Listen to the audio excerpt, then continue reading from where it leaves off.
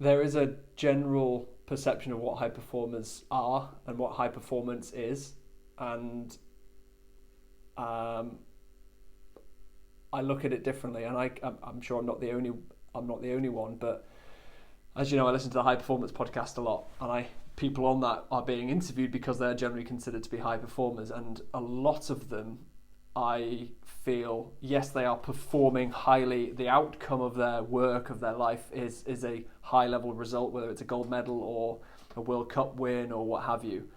But where I see the difference being is the true high performers are doing that and they're at peace with themselves as well.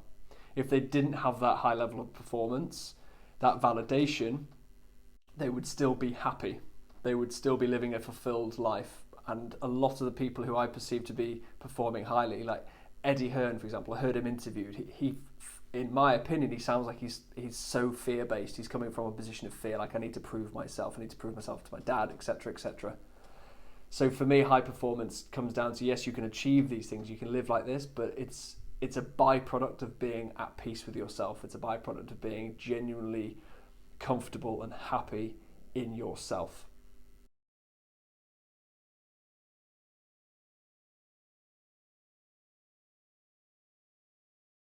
I think it has to be a fine balance between. I mean, Tony Robbins says the quality of your life is directly proportional to the amount of uncertainty you can comfortably live with. And I believe if you're going to achieve a high level of performance, work, sports, whatever, you have to be comfortable with discomfort. You have to be prepared to stretch your comfort zone. You have to be happy in chaos to a certain extent. You have to revel in uncertainty to a certain extent.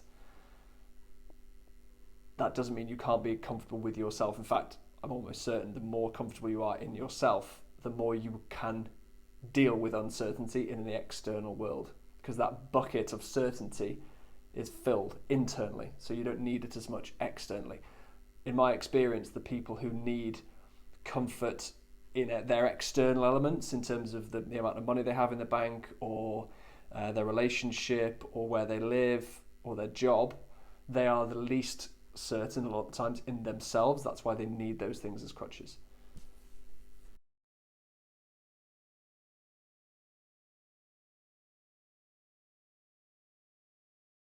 I think perversely, if there was less fear in society, the level of performance across the board, if you could even ever measure it, would be much higher.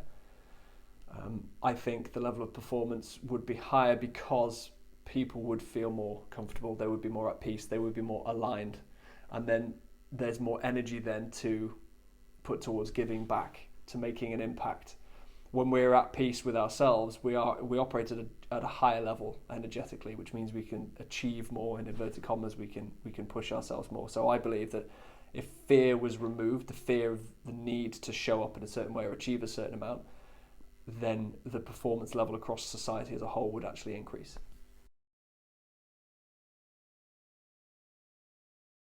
If we're looking at elite level only, we remove the fear element, would those performance levels drop? I think definitely at the beginning.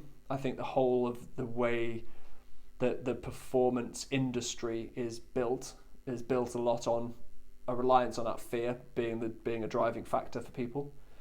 So fear of missing out on the gold. But human beings are motivated more by by the stick than they are by the carrot.